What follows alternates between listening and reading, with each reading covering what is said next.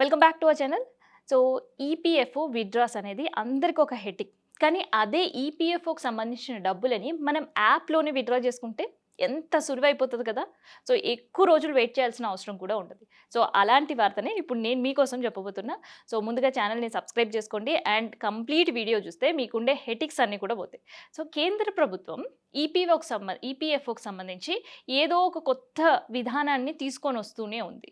So, కొన్నిసార్లు status and Umang app, తర్వాత claims ఎర్లీగా సెటిల్ అవ్వాలంటే దానికి సంబంధించిన ఒక యాప్ ఇట్లాంటివన్నీ తీసుకొనొస్తుంది. సో, అలాగేనే ఈపీఎఫ్ఓకి సంబంధించిన డబ్బులు క్లెయిమ్ పెట్టుకున్నప్పుడు ఆ విత్‌డ్రా అమౌంట్ రావడానికి నెలల పాటు సమయం పడుతుంది. కొన్ని సందర్భాల్లో టెంపరవరీగా అవైలబుల్ లేదని చెప్పడం, లేదంటే క్లెయిమ్ సంబంధించిన ఇష్యూస్ ఇవన్నీ కూడా ఒక పెద్ద హెడేక్‌గా మారుతుంటాయి. కానీ ఇకపై వాటన్నిటికి చెక్ పెట్టడానికి ఈపీఎఫ్ఓకి సంబంధించిన అమౌంట్ యాప్‌లో విత్‌డ్రా చేసుకునేటట్టు కూడా ఒక నిర్ణయం ప్రభుత్వం తీసుకురాబోతుంది. అయితే ఇప్పటికే ఎన్‌పీసీఐతో కేంద్ర ఆర్థికంగా ఉండే ఒక కంపెనీతో టై అప్ అవ్వడం, ఆ తర్వాత ఈపీఎఫ్ఓ ఇవన్నీ కూడా నిర్వహిస్తుంది.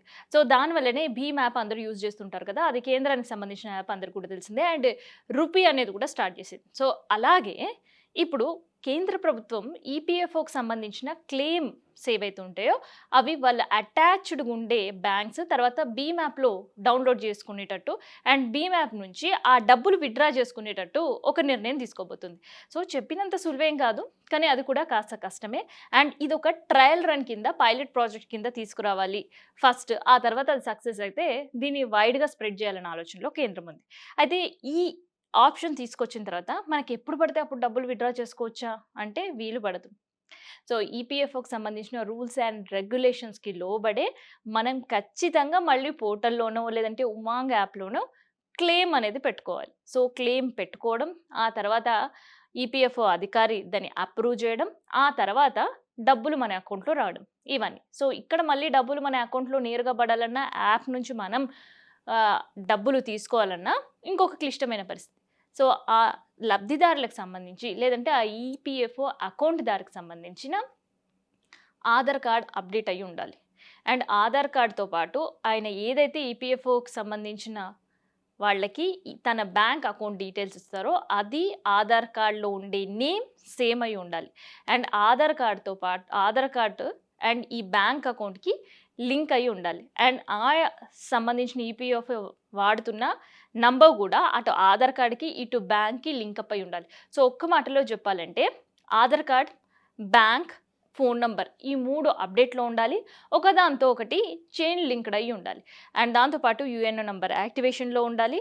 అండ్ ఉమాంగ్ యాప్ వాడుతున్నప్పుడు ప్రాపర్ డీటెయిల్స్ అనేది ఈ బ్యాంక్‌కి సంబంధించి కావచ్చు అండ్ ఈ ఫోన్ నంబర్ కమ్యూనికేషన్‌కి సంబంధించి ప్రాపర్‌గా ఇచ్చుండాలి. సో, అలాంటప్పుడు మాత్రమే ఈ అవకాశం ఈపీఎఫ్ఓ లబ్ధిదారుడికి ఉండే అవకాశం ఉంటదనమాట. సో, ఈ ట్రయల్ రన్ బేస్‌లో స్టార్ట్ చేసినా అయితే ఫస్ట్‌లో భీమ్ యాప్‌లో మాత్రమే ఈ అవకాశం ఇస్తారట.